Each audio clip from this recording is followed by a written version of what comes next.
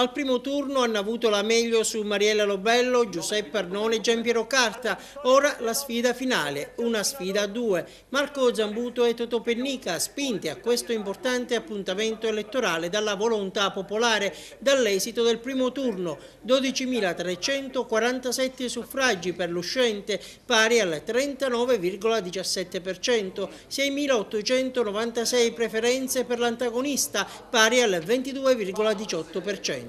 Ma adesso palla al centro, si riparte dallo 0-0. Saranno gli agrigentini chiamati nuovamente alle urne, si voterà domani dalle 8 alle 22 e lunedì dalle 7 alle 15 a fare la scelta, a decidere a chi affidare la guida politico-amministrativa della città dei Templi. Marco Zambuto è sostenuto dal cartello di partenza Patto per il Territorio UDC. Totò Pennica è appoggiato da uno schieramento divenuto più ampio in vista del ballottaggio. Alla coalizione della prima ora, composta da Grande Sud, PDL, Cantiere Popolare e De Polis, si sono aggiunte attraverso il meccanismo degli apparentamenti MPA e FLI.